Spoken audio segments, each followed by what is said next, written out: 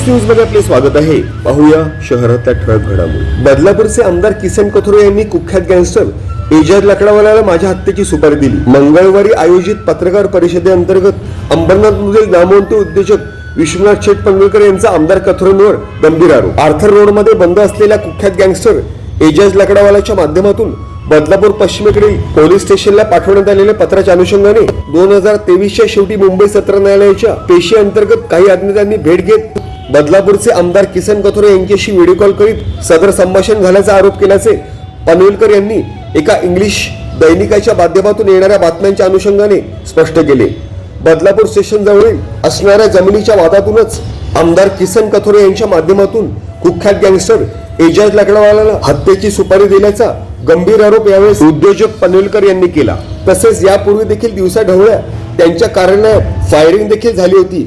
तदनंतर गृह विभागाकडे पोलीस सुरक्षेची मागणी करून देखील अद्याप पोलीस सुरक्षा न मिळाल्याबद्दल पनवेलकर यांनी प्रश्न उपस्थित करताना सदर प्रकरणाची निपक्ष चौकशी करण्याची मागणी देखील यावेळेस पनवेलकर यांनी केली। सदर प्रकरणाबाबत आमदार किसन कथोरे यांनी सर्व आरोप फेटाळले असून कुख्यात गँगस्टर एजाज लाकडावाल्याशी दूरान्वये संबंध नसून पनवेलकरांच्या माध्यमातून लावण्यात आलेले आरोप हे केवळ राजकीय तसेच सामाजिक छबी मलिन करण्याचा प्रयत्न असल्याचे आमदार किसन कथोरे यांनी स्पष्ट करताना सदर प्रकरणाची चौकशी करण्याची मागणी देखील यावेळेस आमदार किसन कथोरे यांनी केली। Bureau report, India times news.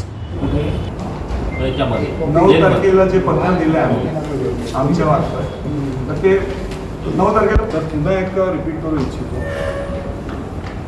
की सुरुवातीला जेव्हा आमच्या बिझनेस संदर्भात ज्या आमच्या खदानीच्या बिझनेस संदर्भात अनोळखी व्यक्तींमार्फत तक्रारी दाखल करणं की यांचे लायसन्सच योग्य नाही, यांचे लायसन्स बोगस आहे, यांचे रूल्स अँड रेग्युलेशन्स फॉलो केलेत नाही, जेणेकरून आम्हाला मानसिक त्रास होतो। आता त्याच्या मागची पार्श्वभूमी त्याच्या अगोदर मनमुटाव आहे, त्याच्या मागचंही कारण हा बिझनेस संदर्भातला आहे। त्याच्या कारणाने सदरच्या मानसिक त्रासा कारणाने आम्ही कंटाळून जेव्हा पत्र व्यवहार साईडला हा फार मोठा इंटरनॅशनल गुन्हेगार आहे, तो साधा सुद्धा माणूस नाही।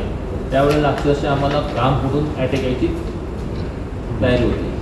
असं झाला मोहन राऊत नंबर 1 आरोपी हा होता, हे पेपरला सगळं आलं होतं। पण त्यावेळेला याची आपण नुकसान भरपाईची काही पद्धत नव्हती आणि आमच्याच वेळेला कारण नसताना 100 कोटीचा आपण नुकसान भरपाईचा दावा टाकला आहे। त्याचं कारण म्हणजे आम्हाला सगळ्या बाजूनी घेरायचं, घाबरावचं हाच त्याचा उद्देश आहे, बाकी उद्देश नाही। मोहन राऊतच्या वेळेला का त्याने दाखल नाही केलं? भूमिका म्हणजे एजाज लाकडावाला हा कोण आम्हाला हे पहिले माहीतच नव्हतं। जेव्हा बदलापूर पोलीस स्टेशनला गेल्यानंतर त्यांनी आम्हाला एक लेटर दाखवलं का अशी तुमची चौकशी आलेली PM कडून, तेव्हा हा एक लेटर त्यांनी दाखवला। आम्ही त्यांना चौकशी केली, हा कोण आहे? तर म्हणजे हा फार मोठा गँगस्टर आहे। तर एवढा मोठा गँगस्टर असून सुद्धा कुठल्याही पोलीस डिपार्टमेंटनी आम्हाला पोलीस प्रोटेक्शन दिलेला नाही। एकदा एखादा राजकीय पुढारी असता तर त्याला झेड सिक्युरिटी दिली असती, पण आम्हाला एक मामूली शिपाई सुद्धा देऊ शकत नाही ते लोक। याचं कारण हे राजकीय दबाव आमच्यावर आणलेला आहे। तसंच एक देशमुखचं पत्र सुद्धा आमच्या बरोबर आहे।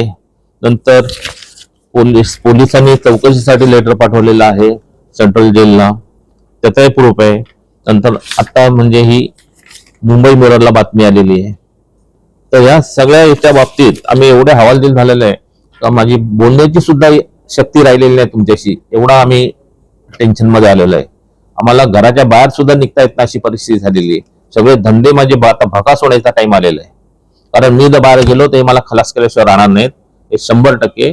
तरी मला न्यायदेवतेने न्याय द्यावा, नाही तर आम्ही गेल्यावर श्रद्धांजली व्हायला यावा, एवढीच आमची इच्छा, बाकी मला काय म्हणायचं नाही। आता कोण या सगळ्याच्या मागे असा दावा करण्यात आला आणि आपलं काय म्हणणं आहे सगळ्यावर? याच्यात सगळ्यात नंबर 1 म्हणजे किसन कथोरेच आहे। त्याचे प्रूफ आहेत आमच्याकडे सगळे। तुम्हाला जेव्हा लागतील या पोलिसांना लागतील तेव्हा आम्ही प्रूफ द्यायला बसलेलो आहे। आमच्यावर खोटे गुन्हे दाखल करायचे, आमच्यावर न्यायालयात अत्याचार करायचे, त्याच्यानंतर कारण नसताना एवढे त्यांनी गुन्हे केलेले आहेत, ओपन होऊन सुद्धा काय निष्पन्न झालेलं नाही। तेव्हा त्यांनी 100 कोटीचा गुन्हा दाखल केला नाही कोर्टात, हायकोर्टात, आणि आता आमच्यावर 100 कोटीचा गुन्हा दाखल केलाय। म्हणजे चारी बाजूनी आम्हाला कसं कोंडवायचा हा त्यांचा प्लॅनिंग चाललेलं आहे। तर आम्हाला न्याय द्यावा एवढीच आमची इच्छा आहे, कारण मुख्यमंत्री उपमुख्यमंत्री हे आम्हाला फार मदत करतायत, पण खाली जेव्हा इन्क्वायरीला पाठवतात तेव्हा हे असे खोटे नाटे रिपोर्ट ACP वगैरे देतात। आणि दिशाभूल करून ठेवतात सगळ्या चौकशीची. हाच प्रकार चाललेला आहे.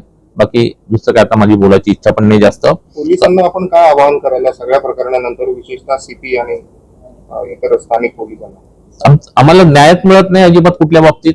आम्ही किती पत्रव्यवहार केलेले आहेत. हे एसीपी सारखा माणूस सुद्धा आमचं अगदी निकाली काढतात पत्र.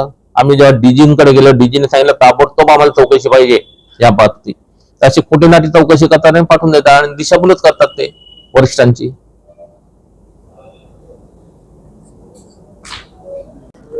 आमची भूमिका अशी आहे सर की वारंवार आम्ही पोलिसांना तक्रार करून सुद्धा की आम्हाला अनेक पद्धतीने त्रास होत आहे, तरी सुद्धा त्याच्यामध्ये पोलीस प्रशासन कुठलीही कारवाई करत नव्हते. त्या संदर्भात ही जी घटना आहे, तर बदलापूर पश्चिम पोलीस स्टेशनला दिनेश देशमुख नावाच्या एका व्यक्तीने तक्रार दिली. त्या तक्रारीमध्ये तो नमूद करतो की माझ्या समक्ष एजाज लाकडावाल्याने साहेबांची सुपारी दिली आणि त्या संदर्भात ही घटना पोलीस प्रशासनाने आम्हाला कळवली. त्या संदर्भात सुद्धा पोलीस प्रशासन कुठलीही चौकशी करत नाही. त्याच्यामुळे आमची ही तक्रार होतीच. आम्ही अनेकदा पाठपुरावा सुद्धा केलेला आहे, तरी सुद्धा फार जास्त पाठपुरावा केल्यानंतर त्यांनी फक्त आणि फक्त फॉर्मॅलिटी म्हणून 4 पत्रव्यवहार केले की एजाज लाकडावालाचं आम्हाला स्टेटमेंट घ्यायचं आहे. तरी सुद्धा जेल सुपरिटेंडेंट अनेक कारणाने किंवा काही पॉलिटिकल कारणाने त्याचा स्टेटमेंट सुद्धा रेकॉर्ड करून घेऊ देत नाहीये. परंतु नशिबाने म्हणा किंवा आमच्या सुदैवाने म्हणा की स्वतः एजाज लाकडावालाने सदरचं स्टेटमेंट संदर्भात एक स्टेटमेंट दिलेलं आहे, एक पोलिसांना पत्र लिहिलंय की हो सदरची घटना ही खरी आहे. आणि तरी सुद्धा अजूनपर्यंत पोलीस प्रशासनाकडनं काहीच आम्हाला सहकार्य भेटलेलं नाहीये. किंवा सरांच्या घरासमोर जो गोळीबारची घटना घडली किंवा इतर काही खोट्या केसेस साहेबांविरुद्ध दाखल झाल्या, त्याच्या मागे किशोर कथोरे साहेबांचे त्यांना संशय असं पूर्णपणे त्यांनी ठाम मत मांडून सुद्धा पोलीस प्रशासनाने काहीच सहकार्य केलेलं नाहीये. एजाज लाकडावाल्यांनी काय म्हटलं त्याच्या पत्रात? कोण सुपारी द्यायचा प्रयत्न करत होता आणि कोण त्याला येऊन भेटलं? दिनेश मिरकुटे नावाचा कोणीतरी व्यक्ती आणि अजून एक व्यक्ती, असे 3 व्यक्ती गेले होते आणि त्यांनी हा स्टेटमेंट दिलाय असं हे न्यूजपेपर आर्टिकल मध्ये आलं. कारण की ते प्रत आम्हाला मिळालेली अजून नाही, आम्ही आरटीआय खाली मागितलेली आहे. पण न्यूजपेपर आर्टिकल मध्ये तर असं दिसते की 3 लोकांनी व्हिडिओ कॉल लावून दिला एजाज लकडावाल्याला, किशोर कथोरे साहेबांना डायरेक्ट, आणि किशोर कथोरे साहेबांसोबत बोलणं करून दिलं. त्याच्यामध्ये ते स्पष्ट म्हणताना दिसत आहे, असं तो म्हणतोय की हो की तुझे को मेरे लिए काम करना है. आणि पहिल्यांदा हो हो म्हणून त्यांनी फक्त गोष्ट टाळली. दुसरींदा जेव्हा पुन्हा भेटायला गेले हे 3 लोक, तर तेव्हा त्यांनी सांगितलं स्पष्ट मी हे सब नाही करेगा करके, असं म्हणून त्यांनी विषय टाळलेला आहे, असं त्याच्या पत्रामध्ये दिसत आहे. त्याचं नाव घोडविंदे. एक मिनिट, तुम्ही बाईट घेऊ तुमची. संरक्षण मागितलेलं आहे, परंतु आतापर्यंत त्याच्याबद्दल कुठलीही कारवाई पोलिसांमार्फत केलेली नाही. आणि तब्बल जवळपास 6 महिन्यापासून आम्ही जेव्हापासून ही गोळीबाराची घटना घडलेली तेव्हापासूनच आम्ही संरक्षण मागत आहे. अजूनपर्यंत त्याच्याबद्दल काहीच घडलेलं नाही. लकडावालाच्या पत्रानंतर सीपींशी काही बोलणं झालं का? त्याच्यानंतर सीपी लकडावालाच्या पत्रानंतर पण सीपी कडे आम्ही हे केलेली गुहार लावलेली आहे, पण तरी सुद्धा अजूनपर्यंत पोलीस प्रशासनाने कुठलंच याच्याबद्दल ऍक्शन सुद्धा घेतलं नाही. ऍक्शन म्हणजे ज्या लोकांची नावं एजाज लाकडावाल्यांनी दिलेली त्यांना सध्या पत्र पाठवून किंवा ती माणसं कोण आहे एवढं सुद्धा शोधण्याची तसदी पोलिसांनी घेतलेली नाही.